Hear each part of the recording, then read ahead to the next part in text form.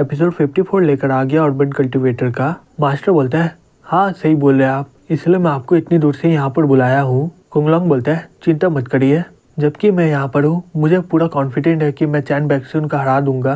तभी वहाँ पर चैन आ जाता है, बोलता है, क्या तुम लोग मेरी बात कर रहे हो? तभी औलादी बोलता है, तुम कौन हो? फिर वो अपने मन में बोलता है, मुझे इसे कल्टीवेटर का कोई भी सेंस नहीं आ रहा है, लेकिन मुझे एहसास हो रहा है कि ये बहुत ही ज्यादा ताकतवर है। तभी एक आदमी बोलता है, यही चैन बैक्सियन है। औलादी शॉक्ड होके बोलता है, क्या तुम ही चैन बैक्सियन हो? चैन बोलता है, तुम्हें मेरा नाम इतनी आसानी से लेना नहीं चाहिए था। फिर वो उस पर हमला कर देता है। कुंगलोंग बोलता है, चलो अच्छा है कि तुम यहाँ पर आ गए हो। फिर औलादी अपना चक्रवर्ती पंच से हमला कर देता है। कुंगलोंग अपने मन में बोलता है, औलादी का पंच से एक ग्रैंड मास्टर आराम से हट सकता है। जैसे ही चैन बैक्सियन यहाँ से भागने की कोशिश करेगा, मैं उस पर हमला कर दूंगा। दूसरी तरफ वो लोग ये देख के बोलते हैं, ये पंच बहुत ही ज्यादा ताकतवर है। सही में औलादी बहुत ही ज्यादा ताकतवर है। तो एक मार्शल आर्ट एक्सपर्ट ऐसा होता है। तभी कुछ देर के बाद वहाँ का धुआं खत्म होता है और सभी लोग देखते हैं कि चैन औलादी का सर पकड़ा हुआ होता है। औलादी ये देखकर बहुत ही ज्यादा शॉक्ड हो जाता है और बोलता है, ये कैसा हो सकता है? तभी चैन उसका सर पकड़ के जमीन में पटक देता है। कुंगलोंग अपने मन में बोलता है,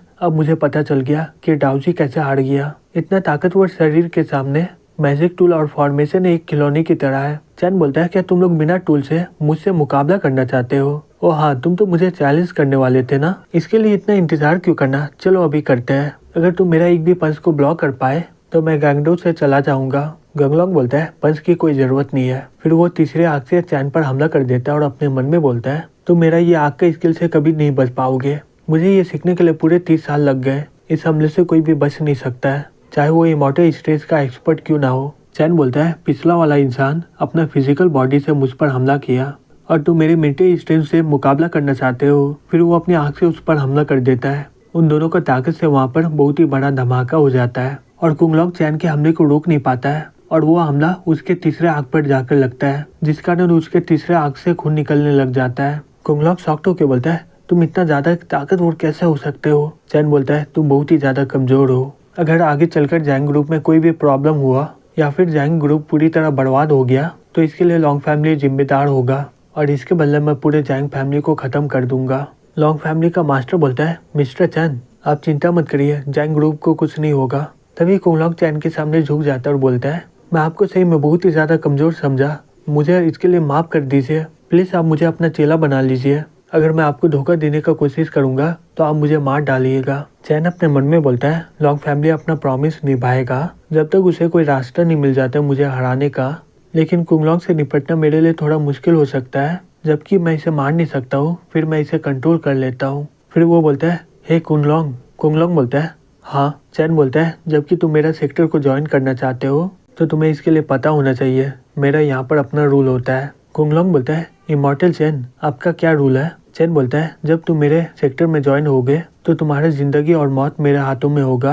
कुंगलोंग बोलता है, मैं समझ गया। फिर वो अपने मन में बोलता है, मैं यहाँ से किसी तरह निकल जाऊँ, फिर जब मैं अगली बार तुमसे मिलूंगा मैं तुम्हें मार डालूंगा। चैन बोलता है, मुझे तुम्हारी बात पर विश्वास नहीं है, तो हम लोग एक सील करते हैं। फिर वो एक तलिस्मा का पेपर निकालकर फिर वो कुंगलोंग के सर में डाल देता है। कुंगलोंग बोलता है, ये क्या है? चैन बोलता है, ये तुम्हारा सोल को जकड़ के रखेगा। अगर तुम मेरा ऑर्डर को नहीं मानोगे, चाहे तुम जितना भी दूर हो, मैं तुम्हारे आत्मा को पूरी तरह तोड़ दूंगा। कुंगलोंग शॉक्ड होके बोलता है, क्या? फिर वो अपने मन में बोलता है, धत तेरे के, इसका मतलब ये हुआ अब चैन के हाथों में मेरा जिंदगी है। चैन बोलता है, चिंता मत करो, अगर तुम मुझे धोखा नहीं दिए तो मैं तुम्हें मारूंगा नहीं। मेंटल स्किल में तुम मास्टर कर लिए, इसका मतलब तुम बहुत ही जीनियस हो। फिर चैन एक पिल निकालकर उसके शरीर के अंदर डाल देता है। कुंगलोंग दर्द के मारे चिल्लाते हुए बोलते हैं, अब ये क्या है? चैन बोलता है, ये आत्मा को ठीक करने वाला पिल है, इसका इस्तेमाल करने से तुम्हारा आत्मा बहुत ही ज्यादा ताकतवर हो जाएगा। अगर तुम्हारा शरीर मर गया तो ये पिल तुम्हारा आत्मा को बचा लेगा और तुम भूत बनने के बाद कल्टीवेट कर सकोगे। कुंगलोंग बोलता है, आपका शुक्रिया इमॉर्टल चैन। फिर वो लॉन्ग फैमिली को बोलता है, मैं यहाँ से जाने के बाद कुंगलोंग यहाँ पर रहकर जैंग ग्रुप और जैंग को बचाएगा। लॉन्ग फैमिली मदद करेंगे पैसे और मटेरियल को कलेक्ट करने के लिए। चिंता मत करो, मैं ये काम फ्री में नहीं करवाऊंगा। एक बार डॉक्सन बेस कंप्लीट हो जाए, कैटलिस्ट सीरम बनने के बाद लॉन्ग फैमिली को इसमें शेयर मिलेगा और long family cloudy spring water को भी सेल कर सकते हैं। ये सुनकर सभी लॉन्ग फैमिली बहुत ही ज्यादा खुश हो जाते हैं। चैन अपने मन में बोलता है, ये कैटलिस्ट सीरम जल्दी कंप्लीट होने वाला है। फिर हमें कुछ दिन के बाद जिंगलिंग यूनिवर्सिटी के लैबोरेटरी में दिखाया जाता है। चैन बोलता है, तो ये है सीरम।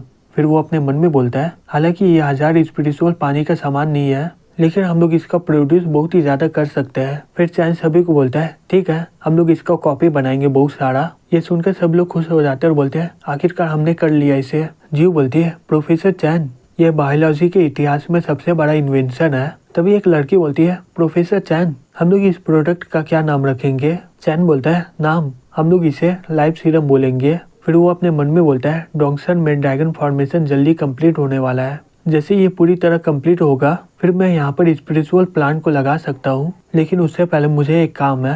ग्वांग चैन को बोलती है तुम बहुत दिनों से कांगडाउ में गए थे, मेरे पेरेंट्स तुमसे बहुत दिनों से मिलना चाहते थे, आज उन्होंने इन्वाइट किया तुम्हें। चैन बोलता है क्या मेरे साथ मुझे देखना चाहती है? ग्वांग उसे मारते हुए बोलती है तुम क्या बक रहे हो? चैन बोलता है हे मुझे मारना बंद करो। ग्वांग बोलती है ठीक है, अब मेरी बात ध्यान से सुनो, जब तुम रात को डिनर में आओगे कुछ फल ले आना, ये अच्छा मैनर होता है।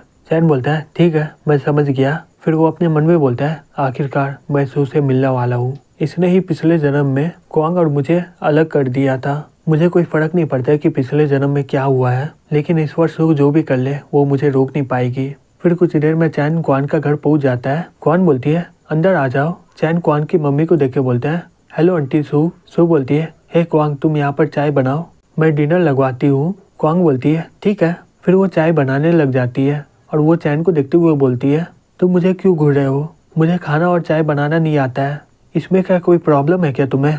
चैन बोलता है नहीं इसमें कोई दिक्कत नहीं है। फिर वो लोग डिनर करना स्टार्ट कर देते हैं। चैन बोलता है आंटी सू के हाथों से ये रोज टेस्टी खाना खाना ये तो सही में बहुत ही बड़ा बात है। सू बोलती है तुम्हारे अंकल तो हमेशा बाहर ही रहते हैं। हाँ उसके अलावा मैं सुनी हूँ कि अब तुम्हारी मम्मी चैन ग्रुप की डायरेक्टर है, अगर मौका मिले तो अपनी मॉम को बोलना कि मेरे साथ कभी डिनर करे। चैन बोलता है ठीक है आंटी सू। फिर उन लोगों का खाना खत्म हो जाता है और वो लोग टहलने के लिए निकल जाते हैं। चैन क्वान को बोलता है तुम्हें क्या लगता है आंटी मुझे पसंद करती है? क्वान बोलता है तुम ये क्यों पूछ रहे हो? चैन बोलता है अगर वो मुझे पसंद नहीं करेगी तो मैं तुमसे शादी नहीं कर पाऊंगा। क्वान बोलती है चैन मैं उसकी बेटी हूँ, लेकिन मुझे भी नहीं पता कि उनके दिमाग में क्या चलता है। चैन बोलता है चिंता मत करो, मुझे कोई फर्क नहीं पड़ता है, चाहे वो मुझे पसंद करती है कि नहीं, मैं कभी हार नहीं मानूंगा। फिर वो क्वान को गले लगा लेता है और अपने मन में बोलता है मैं पिछले 500 सालों से इसके लिए तड़प रहा हूँ, पिछले जन्म में मैं इसे खो दिया था लेकिन इस बार मैं इसे कभी नहीं खोऊंगा।